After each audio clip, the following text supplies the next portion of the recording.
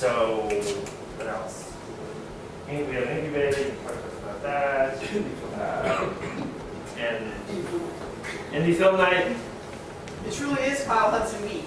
Yeah. Because you can come and see his app tomorrow night, but then Thursday night you can come out to Indie Film Nights, our 4th installment, and see his documentary about cover bands called Cover. And I believe there's going to also be some live music, right? There will be. Will there be a cover? There will be No cover. No cover. Is it the word cover band come from?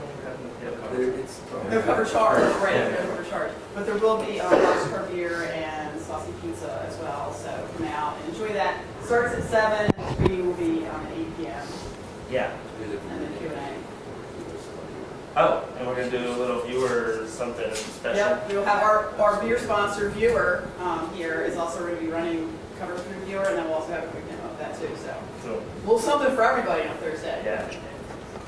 So 2 indie film nights ago, there was like 190 people, and maybe more like 100. Then the last one was a little light, but it was raining, so your umbrella come out. It was pretty cool.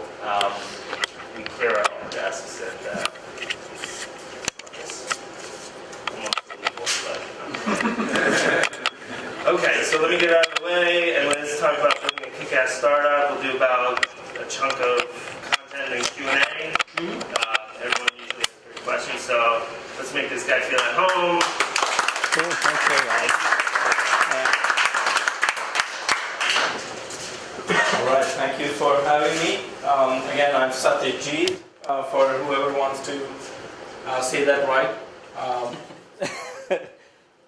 And we'll talk about building a KickAss startup. Just before I get into it, is anyone working on startup? I know you are. You are? Okay, and are you working in teams? Are you working by yourself right now? What stage are you? Can quickly give. Who's alone? 2 people, okay. You guys are alone? 2 people? 3 people? Okay. So part of startups is team is one of the big things, and then building products and stuff. So we'll kind of touch base on some of the key stuff. If you can jump into the next slide. We'll try to cover. I mean, definitely a little bit about me and how I started. I won't spend too much time on that. Baby steps that we took and most startups have to take. In case you are about to start a startup, we can could hopefully learn, or if you're already working on something, maybe validate what you guys have been doing and just kind of exchange notes here. More about the baby steps, what we did in some cases on HootBoard, how we pivoted a little bit. So again, some learning that we have had and how we transpired, how it all transpired, and then we can hopefully we can have you guys open up and look at what problems you might be facing and just have an open discussion about those through the process. So just about me, that's HootBoard. That's the startup I work on.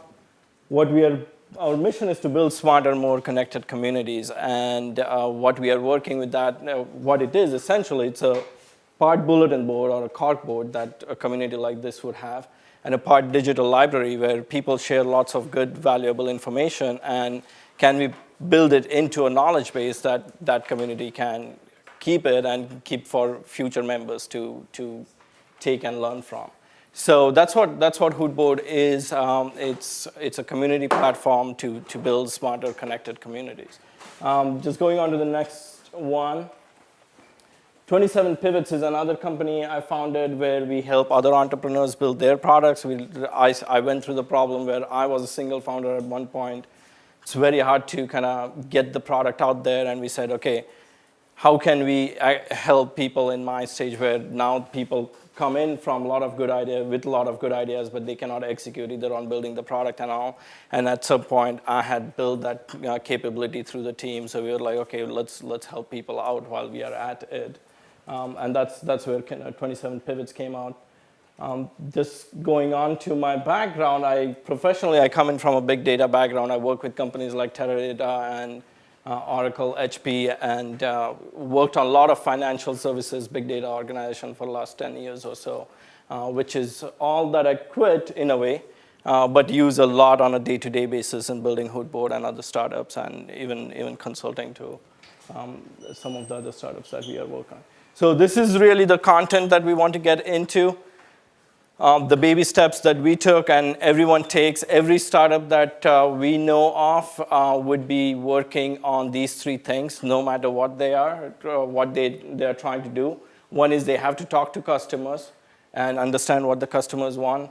Obviously, build the product itself, and in the process or before that, hopefully have a great team to do all of that. I mean, these are the three basic building blocks of actually getting a startup off the ground.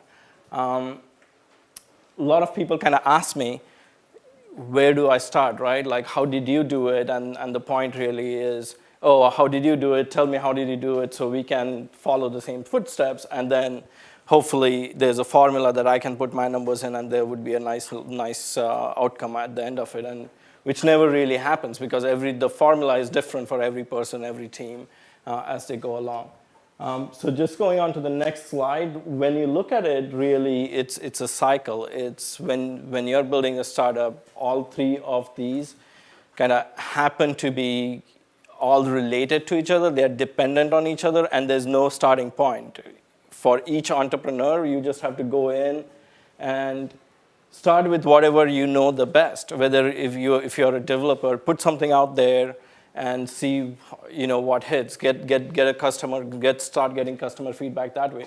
If you're already from the industry, like I guess Taylor, you were, take in the feedback from the customers and start from that route and start putting it out there.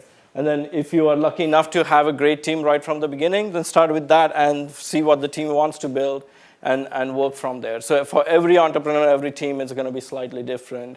We'll just talk a little bit about what we did so that hopefully that there's enough experience put out there that everyone can take home something.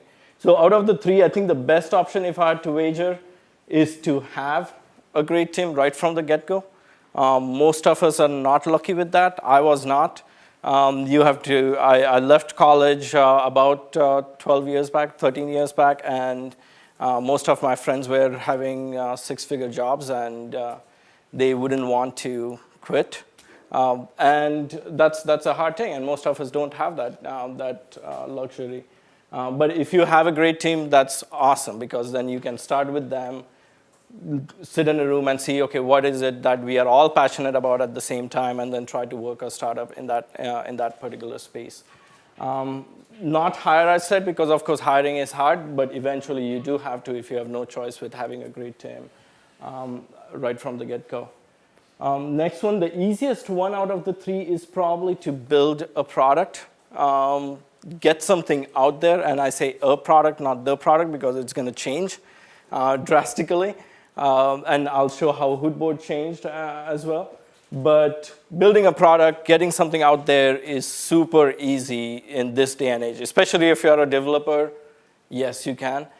Even if you are like a semi-technical like me, you can obviously work with vendors like, ours obviously I have to put that plug in, but there's a lot of companies who help. They come in, bring in some specific skill sets, and you can work with them. Or find a lone developer, a freelancer to go in and build something for you that you can put in. A little bit of money would get you started in that path. I think the point here we are trying to make is really if you are thinking or if you're in a position to start a startup, it's really to get started somewhere. Really, that's the core one thing that if you want to take home, that's what it is. Building a product or sort of building a product can be many ways. Create mockups totally free. You can just go in. You can do them in PowerPoint. There's a lot of free tools available online. You can just draw on a piece of paper and start showing it to people and start getting feedback, talking to customers, piece of it. Click through designs, just a step ahead of PowerPoints. You could always start, or mockups is hire a developer, hire a designer. I met a couple here already, so this place must be buzzing with designers. But yeah, hire a designer and get something out there. MVP tests, just simple tests. I've heard companies start with email as a minimum viable product for those of who don't know that term. But email could be a great thing. There's a clinical call a nurse company, and instead of setting up the whole infrastructure of calling and going to a website, they just published an email address and say if you had like a medical issue, email. It totally blew through HIPAA norms and everything, but all they had as the first product was an email address, period. That's it. That's all they started out with. And it was not my company. I'm just telling what I heard. But there's easy way to start building a product out there, getting it out there, and landing pages, LaunchRock, and there's Kickoff Labs. You get them free. And then, as I said, MVP, building a small product and putting it out there could almost be free if you're doing it in WordPress or something, or for a small fee, you can get something done. So definitely no reason to kind of not do any of this if you are thinking of a startup. Ben, if you could go on quickly.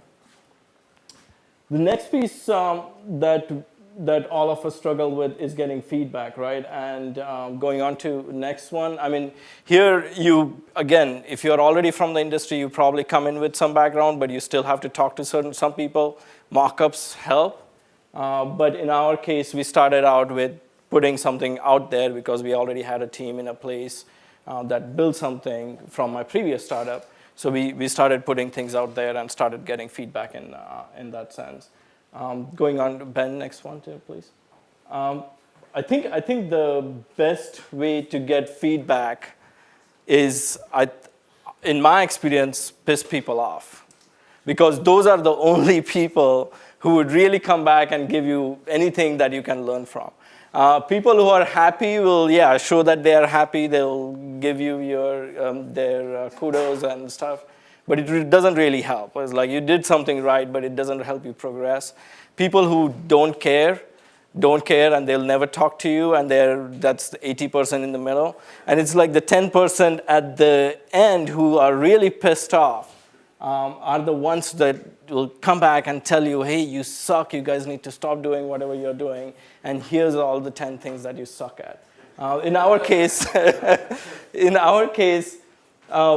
we did two things. We didn't do two things that helped us kind of attract all the pissed off people. One is in our emails that we send out, we never put the unsubscribe link, totally blew the can spam. And we never put the unsubscribe link, and then people would have to come in and start logging issues through user voice and stuff like that, get me off this, get me off that. And then we didn't have a close account button. Again, the same thing, that kept sending them emails, and then they were pissed off, truly. And they came in and started talking to us in the process. But I think that was an interesting lesson. It happened inadvertently. Actually, we didn't plan for it, but that's a great way to get feedback if you're thinking of it. Going on to the next one, here's a quick interaction that happened through this process. I'll tell you how we have been learning from our customers. How do I delete a board and I create a board I created and close my account? And this was one of the nicer ones, by the way. I would respond back, sure, I can help, and then ask for email address, what account, and information. And then also we are new, really trying to improve our product. Please, really, really help. Anything you tell would really, really help and stuff like that. We are trying to find a digital community board that we can embed on our website. So yeah, that's us. I mean, tell us more what you're trying to do. And then she would respond back, oh, what we are trying to create is an online community where members can, and then 10 other things that they are really trying to do with their board, right, in the email, boom. Whatever we can't seem to find, and then the best news, we can't seem to find a platform that does that, because there's a particular version of that is not there. There's a lot of groups platforms, as we know, out there already. And that's awesome. And then she decided to wait till we built our next version. I think that's a great interaction, and that's every entrepreneur's dream interaction, because every time something like that happens, I and you as an entrepreneur know something about that customer, your market, that no one else in the world knows, right? You only have this, and then we did this, in our case, 600 times. So it starts building a range of patterns of what people are looking for that we would want to know. And then take that into building the product again. So going to the next one, I'll just go through screenshots of how we actually progressed, and it's going to be real short, and hopefully I'll be done soon after. So this was the first version. It was not even called HootBoard, and it was focused on allowing communities to reuse. The thought was, hey, there's universities, 50,000 people in kind of one general physical place. People come in and out all the time. How can we start a free cycle within that community so that people can actually exchange stuff and not have to put it in landfills? No business model. There's no way we had any idea on how we could make money on that. But we just said, okay, it seems like a valuable mission. Let's go and start with that. We took that feedback to and tried to pitch it as an enterprise B2B tool that universities would buy. And they didn't bite, including my own alma mater, Drexel University. They got me into meetings, but then I was like, okay, I can't be doing enterprise sales for something like this. It's not going to work. So we moved on to the next version, onto the next screenshot. Basically took the same product, and renamed it as HootBoard, expanded the vision into more like a Craigslist for communities where you can do a lot of different things. And we said, okay, we are not going to sell it to enterprises. We are not going to sell it to universities. We will try to go the B2C route. And that was a major pivot in just understanding and stuff. And that didn't work either. People said, you suck. You can actually do so much more nowadays and stuff. But one interesting thing happened. The name HootBoard was there, and when people saw the name HootBoard, they were like, you have an interesting logo, and when you came in to demo, we thought you were going to be more like a bulletin board. Like, what are you talking about?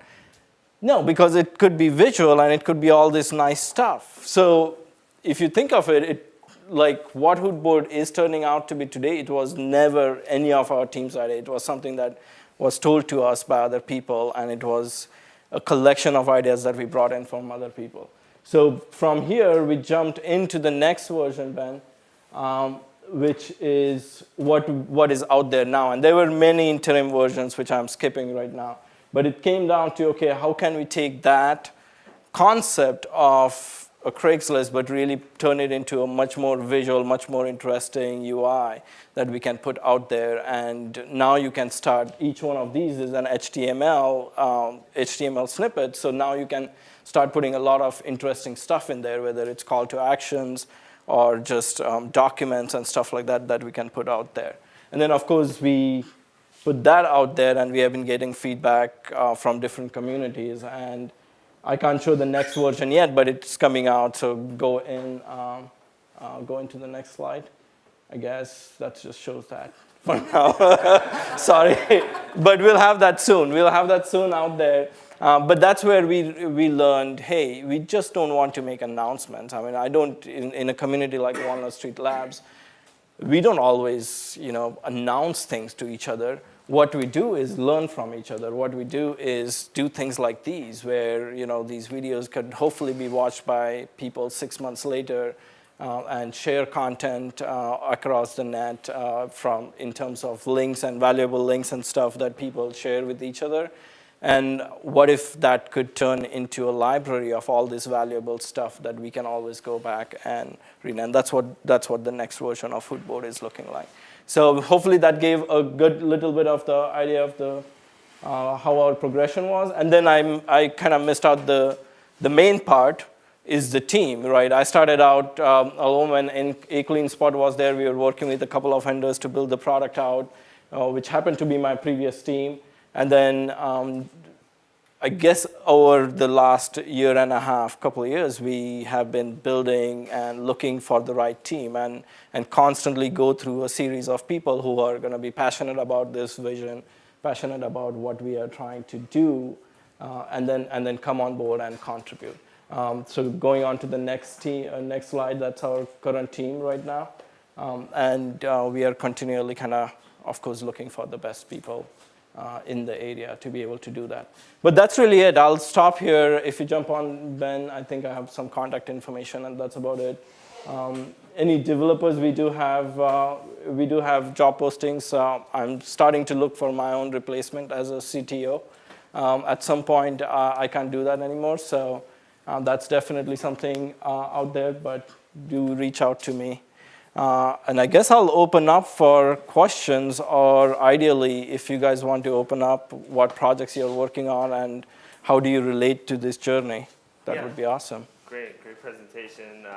All that stuff is like daily conversations here. So house rules, just introduce yourself real quick, and let's hear your questions. Sure.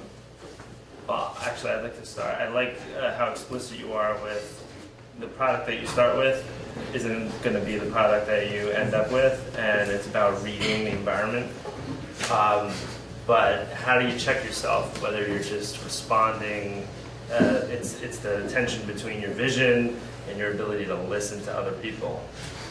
Yeah, in our case, I mean, I think I personally took the mission at heart, and my mission was to look at communities as groups of people. And the personal story about this is when I came into this country in 2002, to be precise, I came into Drexel and I saw these massive communities, these universities, and I was kind of mesmerized by the amount of work that gets done. And my mission was, hey, how can we help them build their mission and take their mission forward? And I want to build something in that space that does it. Whether it's reuse, whether it's a bulletin board, it doesn't matter at that point. My mission is to make communities stronger. And if you can baseline yourself at that, then you have enough options to pivot within that broad mission that you set for yourselves. And that's what happened to us. Yeah, so the product bounces around underneath the umbrella of your mission? Yeah, pretty much. So every time we get a bunch of feedback and we feel like that's cool, the first thing we bounce it off of is, does it fit our mission? Is it really becoming the future of how communities could get better, and communities that we are passionate about? So last week Jeff White said, if you're in a startup and your mission says go over here, but someone offers you $150,000 to go over here, he says take the money. And like cash flow is king. You gotta move forward. And that's when you create 27 pivots and you do that. I mean, in our case, at some point we'll have to make a call whether we can pay our bills or not. But we definitely are not there yet. We have over 600 communities that signed up, and they want to use something like this. So we have enough bearing in terms of what's happening, what's the need, and that makes us keep going, essentially. Okay. So how do you house roll, man. Kyle Hudson, 23 North Digital. How do you make money off the B2C model? So we are kind of hybrid right now between B2B, and I missed that detail. So we went B2C, and then we came back B2B / B2C.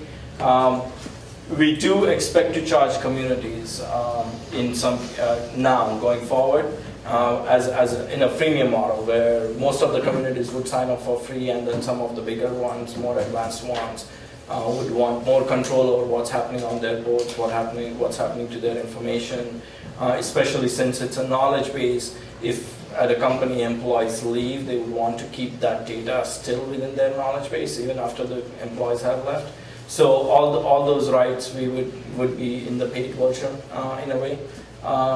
And then of course we have the B2C version, where we do still expect the bulletin board side to garner people wanting to put job ads or something like that. And then we want to allow communities to kind of monetize on that, and we'll be building in functionality to charge them on that front. So does that make sense? Does it work on mobile? We are starting to work on that, so the next version will definitely work on mobile.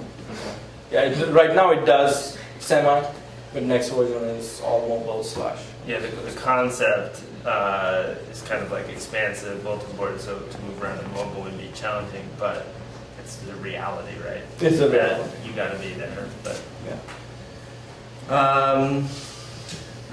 Follow up with David Chopko, investment banker, also teaches at university. We just talked about, following up with the question you just got. How are you going to decide how much you want to charge them?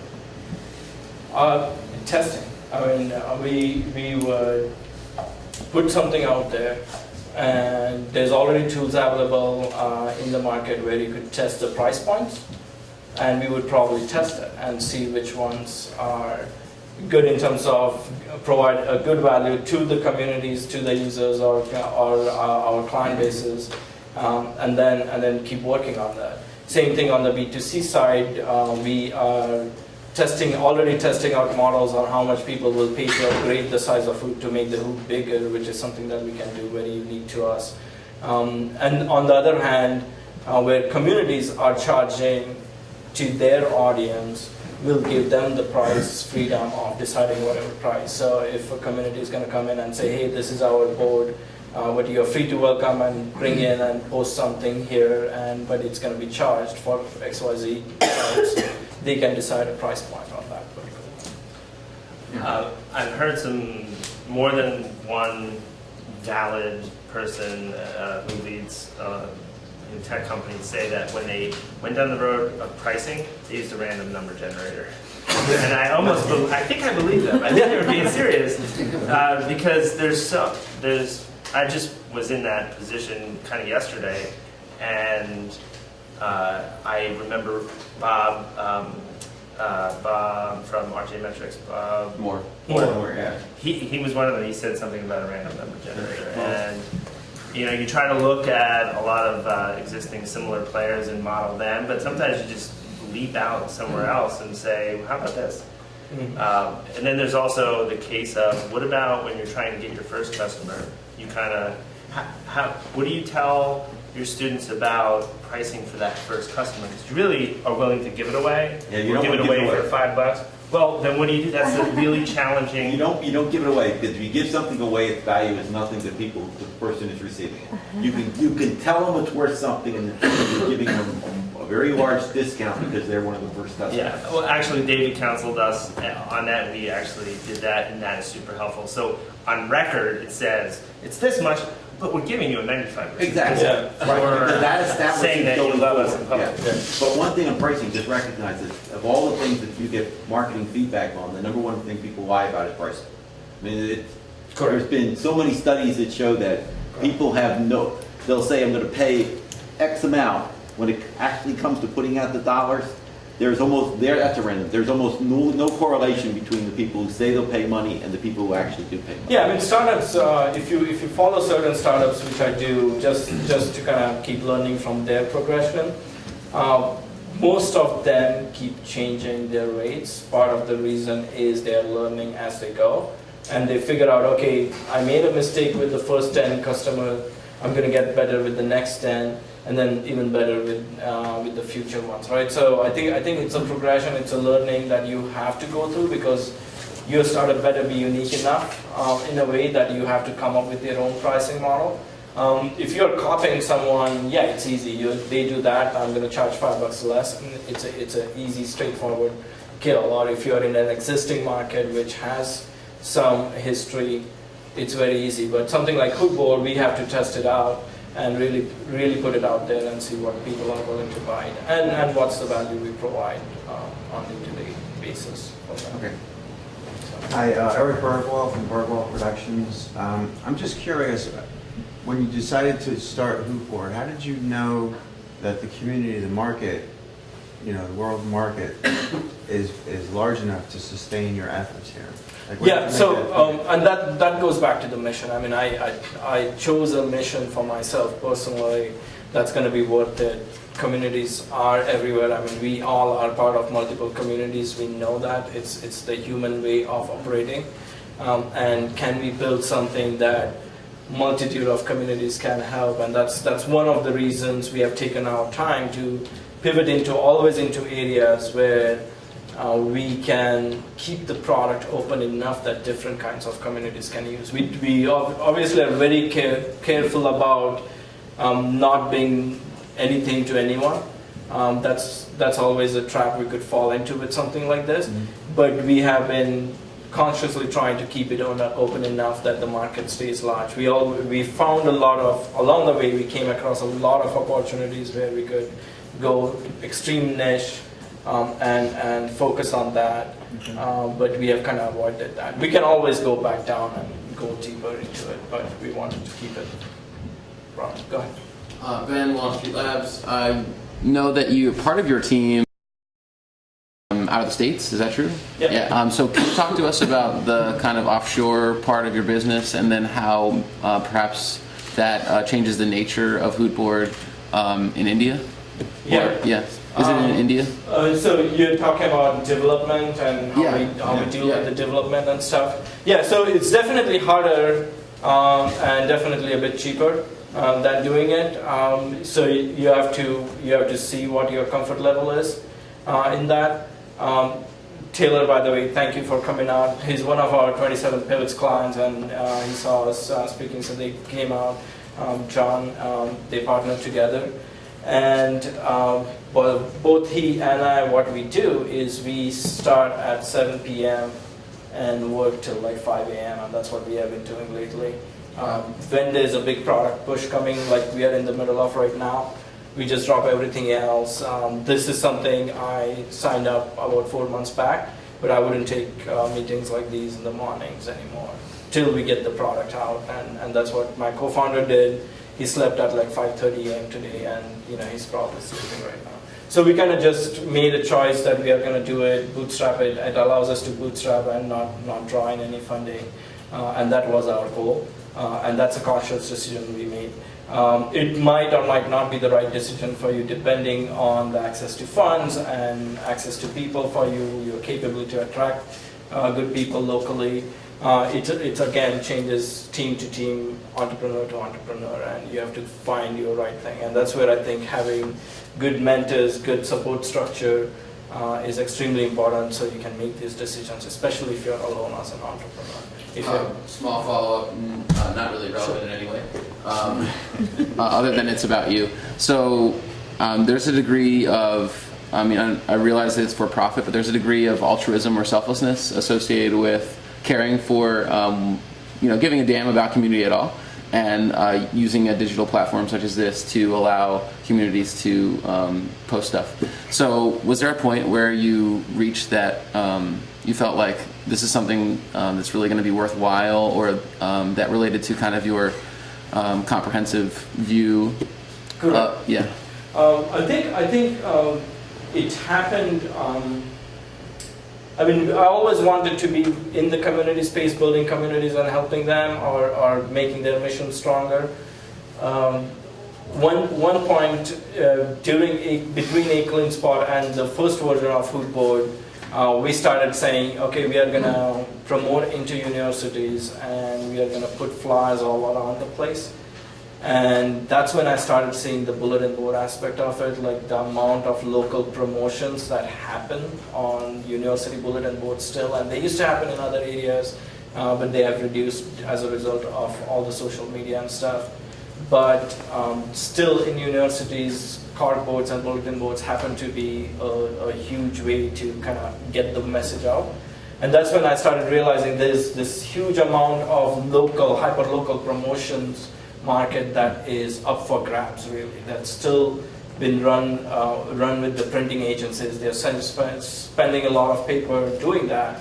And if you think of it, if you just print out a piece of paper, it costs about 20-25 cents.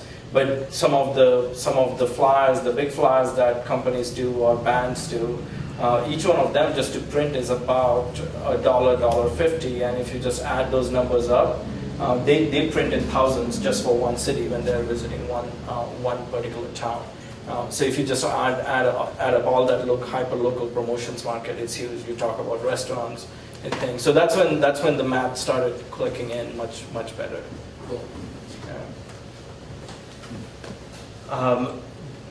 Back to subscription. I imagine you're going the subscription model for your pricing. Do you have a model so that you can define, a cancellation rate and the different price tiers and like graph it out so that you can look at the business model? Are you using something? So I don't have it right now, but yes, we are definitely. I mean, I have a massive Excel. That's my tool right now. I hope there's something better out there. If you guys know, please tell me. But the way I do is it's all formula based. It's set up, and then I can go in and plug different numbers of how much we are going to charge, what's the potential conversion percentage, and tweak that, and then create. So once you have the baseline done, and there's some templates available for whoever's doing this on the web. I can definitely recommend some offline. But once you plug your numbers in, once you set up your model, then you can start loading it with different values and start seeing where the breakpoints are, or where the profitability goes down, or where you think this profitability is too high, but you might be smoking crack and stuff like that. so all of that stuff you can start doing, and that's what we have been doing with that, and then bounce it off of investors, mentors, and then also tell some price points to our customers. And in some cases they say, oh, you guys are charging too less because we kind of underestimated the kind of community they are. It's a big business or a workplace, and they have thousands of users potentially.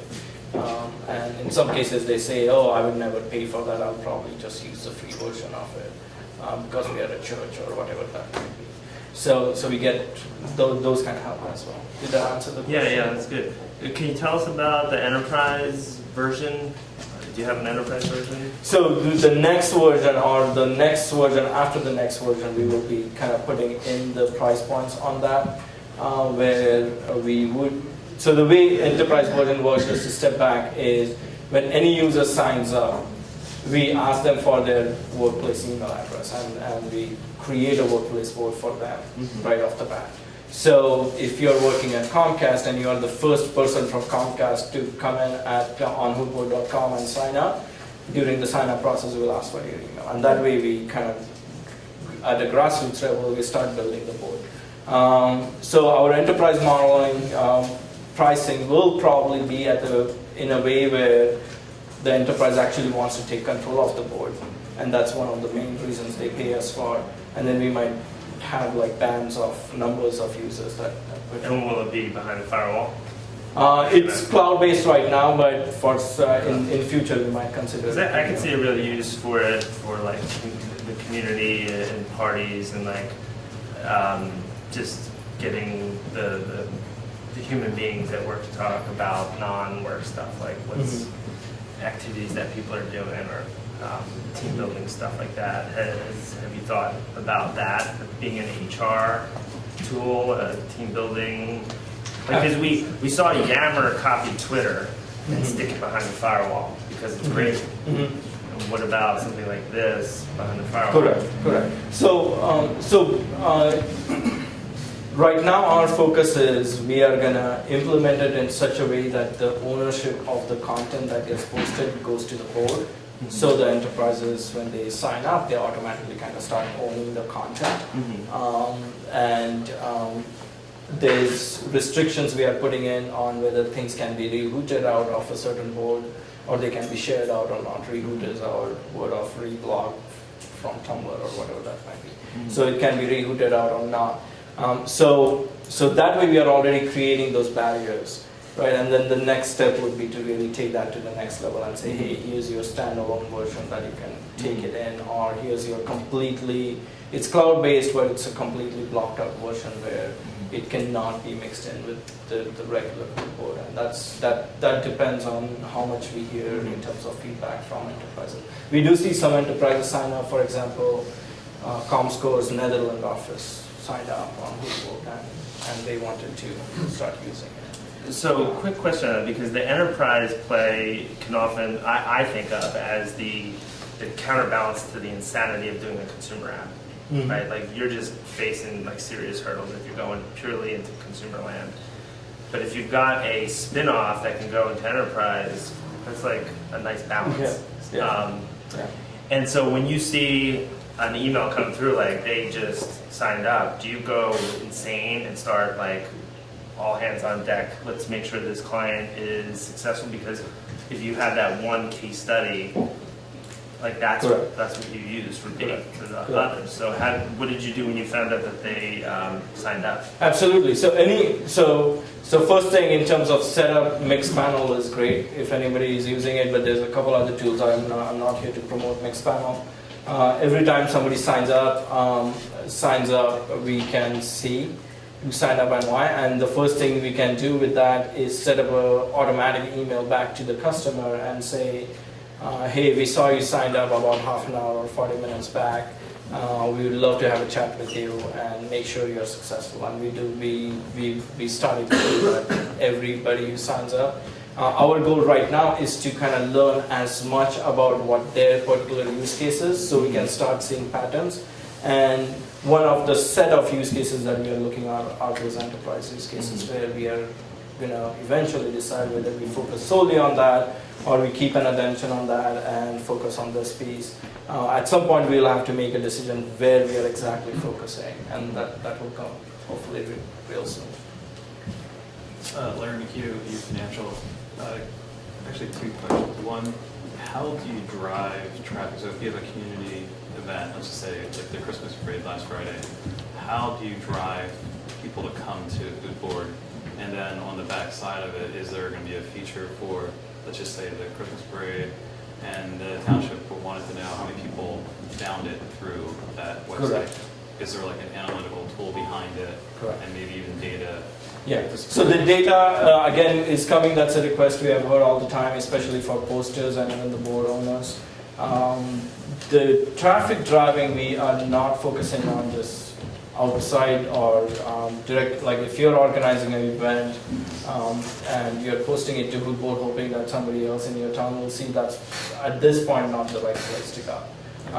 What it is the right place to go is a community like, let's say Walnut Street Labs goes in and says, we are going to have a HootBoard on our website, and for our events, they're all posted on our HootBoard. Go to our website and find it. So that's a good way for them to kind of just ask them to go in and get that posted. And they don't have to do a lot of like just web management to actually update events and stuff like that. They can just post. That's really our goal. So and as that starts getting built up and people start following those boards automatically, the second piece that you were asking kind of grows. So every board can be followed, and then now we start getting updates on Walnut labs and stuff. So that's what, if that answers your question. A little bit of a question, practical question. Screening process for things that get posted on the board. Putting items that get posted on the board. How are you going to determine what particular items are allowed to be posted or how long they're going to be posted and things of that nature? Because I can see, I mean, in schools, you have it such that, university where I work, if someone were to post something that would be racially insensitive or something of that nature, they real quickly take that thing down. Correct. In fact, then they would basically follow a trail to find out who posted it, and then to make sure that doesn't happen again. How do you make sure? Let's just follow up on Chris said. You're doing something about a community event. You get the wrong type of thing posted. You may have young children or somebody else, and then your company and the community runs into problems. So just a startup experience and thought here. This is where it comes to really deciding who your customer is. And in our case, our customer is the community admin, the community owner, right? And our goal is to give all those tools to that community owner so they can choose how their particular community is run, what's acceptable, what's the acceptable norm for their community. We have one community on HootBoard that is a community of potheads. Literally. I mean, they come in, they have pot contests, they have a pot pond contest, and they have like all sorts of things, but they are legit in their particular universal view, and they are definitely not legit for a high school next door to wherever they are. Okay, so you're providing a tool simply. Yeah, so we are a tool where our customer is the community, and they can choose to use it whichever they want. They can set it, and that's what our standard is. So that's good in the sense that you are able to branch out into niches without stifling yourself by gearing yourself towards one niche. That community. was my response to his answer. That was our goal, is how can we keep it broad enough so our market stays on, but we still provide very niche value to that each type of community. And that's a very hard balance to strike. I think that's what Chris was also alluding to. So that's where a lot of our struggle and day-to-day decisions lie, as a matter of fact. Okay, we're basically out of time, but I'd like to ask one more question Sure. that is up here, angel.co, Angel List, right? Mhm. Is that the Angel Yeah, List? that's it. Can you explain what Angel List is and then share your experience with it? Because it's like raging now and like tipping the whole balance of capital in startup. Correct. So, caveat before I answer this question, we haven't fundraised yet, so my experience would definitely be a bit more, I guess less is probably not the right word, but something similar to that. I think AngelList is disrupting in multiple ways, right? Funding is obviously one thing that they're doing, and the biggest thing they're doing right now is syndicates. If people have heard of what a syndicate is. Can you back up and just explain what it is? Some people here have never heard of it. Okay, so AngelList is a social network for startups, entrepreneurs, and investors, and now job seekers trying to find jobs in startups. Very simply stating.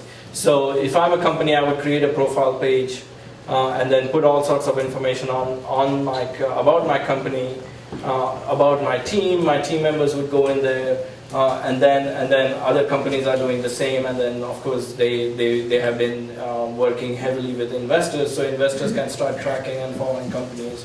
And then now lately, and you can actually receive investment exactly through. So. Correct. I just want to make this one piece clear because it's sometimes hard to get funding.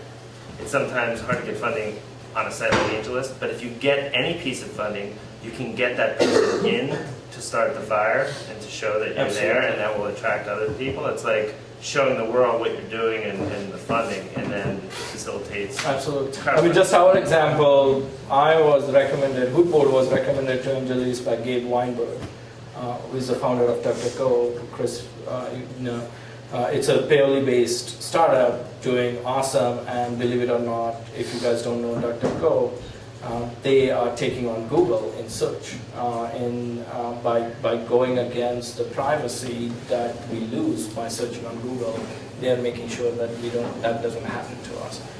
So totally should be using DuckDuckGo if you're not. But Gabe Weinberg recommended us, and he has 3,000 followers. Most of them are investors. So just by the fact that he recommended us, it stays on our profile forever. And every time an investor comes in, he sees, oh, Gabe Weinberg is the person who did that. They are funded by, DuckDuckGo is funded by USV, which is Union Square Ventures up in New York. So there's that social proof, which is extremely key for when we go to investment. So if you hear talks by AngelList founders, Naval, Ravikant, and DB, early days, they were all about social proof, like making sure they would personally recommend startups to investors once they had shortlisted, and that they have taken that at heart, and that's kind of the foundation of AngelList. In a way, if that, and now you can actually, you're seeing, angel investors are seeing who you're connected to, who you have been talking to, and that gives them the social proof to talk to you and say, okay, you know these guys, so maybe you're kind of worthwhile to talk to. But I think the latest thing they have been doing is on crowdfunding, which is the syndicates, and well-known angel investors can now create a syndicate of investors, and they allow people like you and I to put in $1,000, $10,000. That's something we would never be able to put in unless you are a SEC registered investor. So that's something that they are significantly changing, and you can now, startups like us can now get funded from syndicates. It acts like one party on the other side, but it's actually 100 different people. And that syndicate has brought them together under one umbrella, so we don't have to deal with 100 people as startups. But on the other hand, these are all investors that are putting in small amounts of money to make it happen. And take the leadership forward. I thought you still had to be an accredited investor to. I think so. I mean, I think they are building the foundation right now for the accredited investors, but I think that's their foundation for when the crowdfunding. We're still waiting on the SEC to Yeah, the job that's supposed to make it. What's the deal on that? Anyone have an update on the job act? I think SEC is dragging feet. That's But what- I think that's AngelList the- takes on the responsibility of vetting the accredited investor part on the They syndicate. do a good job, actually a great job at vetting everything. So if I would create a company profile and I would say David is an advisor, I can't just add him. They actually send him an email. He has to confirm it. It goes back. And then once he confirms it, it goes up. So everybody on your team, even your co-founders, your attorney, your accountant, your advisors, everybody has to be good. There's an article on Fortune. I'll try to tweet it so that everyone can find it, but it's an interview with the founder.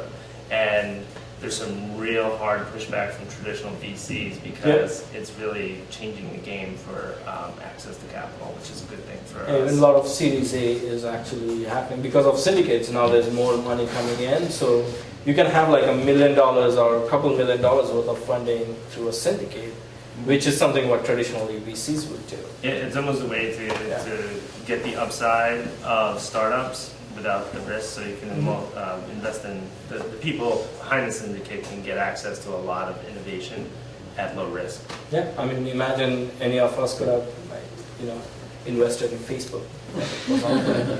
That would have been nice. Okay, great discussion. Thank you for coming. Sure, no problem. Thanks. Feel free to hang out and drink coffee.